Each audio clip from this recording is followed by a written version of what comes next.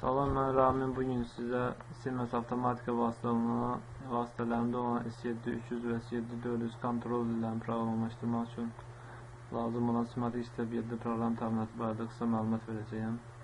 Simatic Step 7 proqram təminatı öz universallığı ilə seçilən proqram təminatıdır.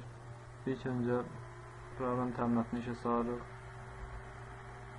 və Next düyməsini əlavə edərək burada bizə lazım olan CPU növünü seçirik. CPU növünü seçdikdən sonra Next düyməsi əlavə edirik və qarşımıza yazacağımız proqramın hansı dildə olacağını soruşan bir pəncərə açılır və LED proqramlaşdırma dilini seçirik. Next düyməsini əlavə edirik. Burada yazacağımız proyektə hər hansı bir ad verə bilərik. Bu 4 kimi qeyd edib Finish düyməsi əlavə edirik. Hal-hazırda bizim proyektimiz yaradılır.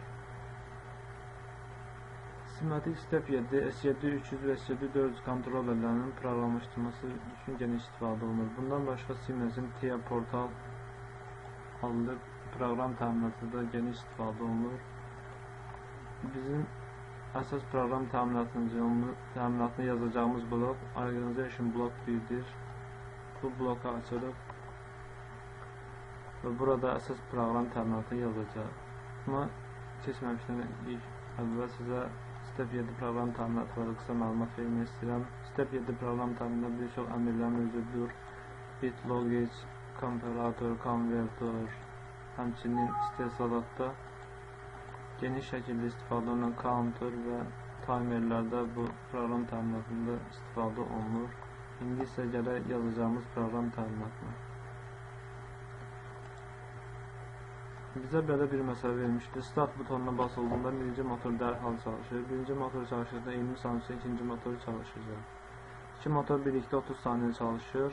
Birinci motor çalışdıqdan sonra birinci motor dayanacaq. İkinci motor stop butonuna basılınca qədər çalışmasına davam edəcəkdir. Bu proqramı bizim Step 7'də yığmaq üçün timer növlərindən istifadə etmək olacaq. İlk öncə stop butonumuzu network'ımıza əlavə edirik. Sonra start butonunu. Sonra isə birinci motorun 50 saniyə zaman dəyərində işləyib durdurması üçün S-Pulse timer növünü seçirik. Onun çıxışına bir ədəd sarğac əlavə edirik.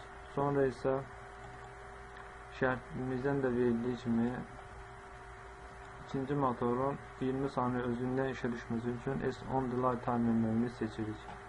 Və gətirdiyimiz elementləri adresləmə işlər görürük. Stop butonu S00, start butonunu S01 kimi qeyd edirik. T1 timer birinci motora aid olan timer və bunun girişinə 50 saniyə kimi zaman dəyəri giririk və Q00 motorunu Q00 adını birinci motor kimi işarə edirik. T2 timerimiz ikinci motora aiddir və bunun girişinə isə 20 saniyə zaman dəyəri əlavə edirik. Bu timerin çıxışını Q01 motoru kimi işarə edirik. İstəsək yazdığımız proqramı simvollarla işarə etmək olar. Məsələn, start S00 stop butonu kimi işarə edirik. Bu proqramın daha asan başa düşülməsi üçün bizim köməyimizə gəlir. S01 isə start butonu kimi qeyd edirik. Q00 birinci motor.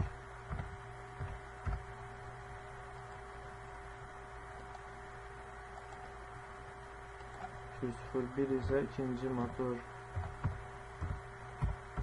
kimi işarə olunur.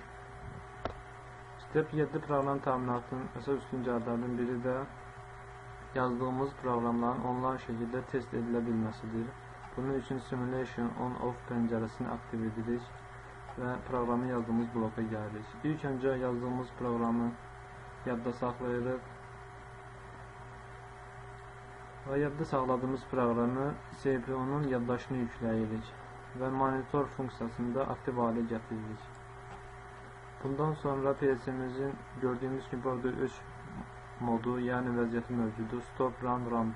Stop modunda PLC-imiz çalışmır, Run'da çalışır. Ramp'də isə həm çalışır, həm də PS çalışa proqramın üzərində dəyişiklik aparmaq mümkündür. PS-mizi RAM-P moduna getiririk və gördüyünüz kimi proqramımız aktiv hale gəldi. i01 start butonuna enerji verdiyimiz zaman birinci motor dərhal aktiv olur və bununla bərabər ikinci motora əlavə etdiyimiz zaman dəyərdə öz qiymətini aşağı doğru saymağa gedir və 20 saniyə zaman dəyəri sıfıra çatdıqdan sonra ikinci motoru da aktiv hale gətirir. Gördüyümüz ki, ikinci motor da aktiv oldu. Hal-hazırda iki motor içi də işləyir. Şərtimizə bir daha baxaq. İki motor birlikdə 30 saniyə çalışdıqdan sonra birinci motor özlüyündən dayanacaqdır.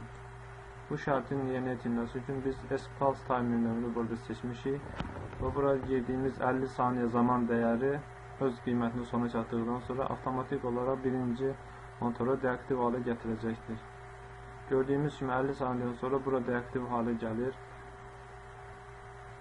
və ikinci motorun deaktiv hale gəlməsi üçün i00 stop butonunu seçmemiz lazımdır. i00 stop butonunu seçməyinə gördüyümüz kimi hər iki motor da deaktiv hale gəldi. İzlədiyiniz üçün təşəkkür ederim.